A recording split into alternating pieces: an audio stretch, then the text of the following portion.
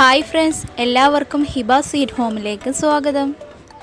ഞാനിവിടെ വന്നിട്ടുള്ളത് chilli chicken recipe ആയിട്ടാണ്. ഇതിലേക്ക് ഞാൻ 1 കിലോ ചിക്കനാണ് എടുത്തിട്ടുള്ളത്.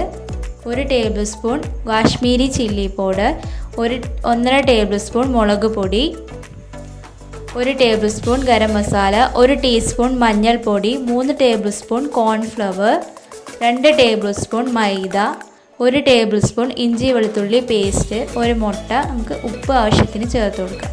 അപ്പോൾ അതായത് ഞാനൊരു പാത്രം എടുത്തിട്ടുണ്ട്. ഇതിലേക്ക് നമുക്ക് ചിക്കൻ ഇട്ട് കൊടുക്കാം. കാശ്മീരി ചില്ലി പൗഡർ, മുളക് പൊടി, മഞ്ഞൾപ്പൊടി, കോൺഫ്ലവർ, മൈദ, ഗരം മസാല, ഇഞ്ചി വെളുത്തുള്ളി പേസ്റ്റ്. ഇതിലേക്ക് നമുക്ക് മുട്ട പൊട്ടിച്ച് ഒഴിച്ച് കൊടുക്കാം.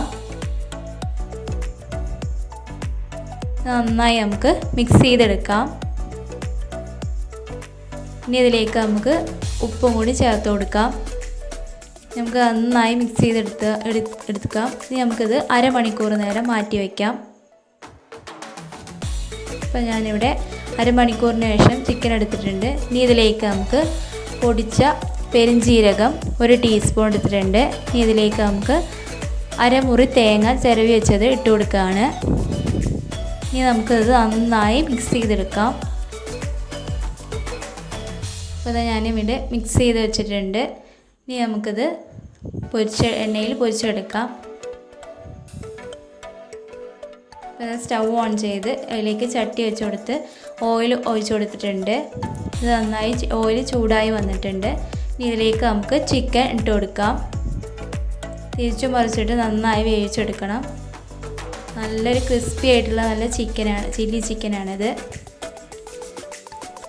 നമ്മുടെ ചിക്കൻ ഇവിടെ റെഡി ആയിട്ടുണ്ട്. നമുക്കിത് വേറൊരു പാത്രത്തിലേക്ക് മാറ്റാം. കാണുമ്പോൾ തന്നെ അറിയാം നല്ല ക്രിസ്പി ആയിട്ട് നല്ല ടേസ്റ്റി ആയിട്ടുള്ള നല്ല ചിക്കനാണ്, ചില്ലി ചിക്കനാണ്.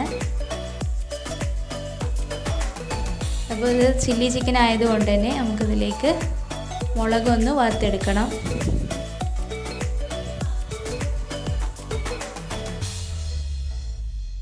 അപ്പോൾ 2 മുളകാണ് എണ്ണയിലേക്ക് കീറിയിട്ടിരിക്കുന്നത്. നന്നായി വറുത്തതിന് ശേഷം നമുക്ക് മാറ്റിയെടുക്കാം. നമുക്കിത് പാത്രത്തിലോട്ട് മാറ്റാം. ഇനി എണ്ണയിലേക്ക് നമുക്ക് 3 തണ്ട് കറിവേപ്പില ഇട്ട് കൊടുക്കാം.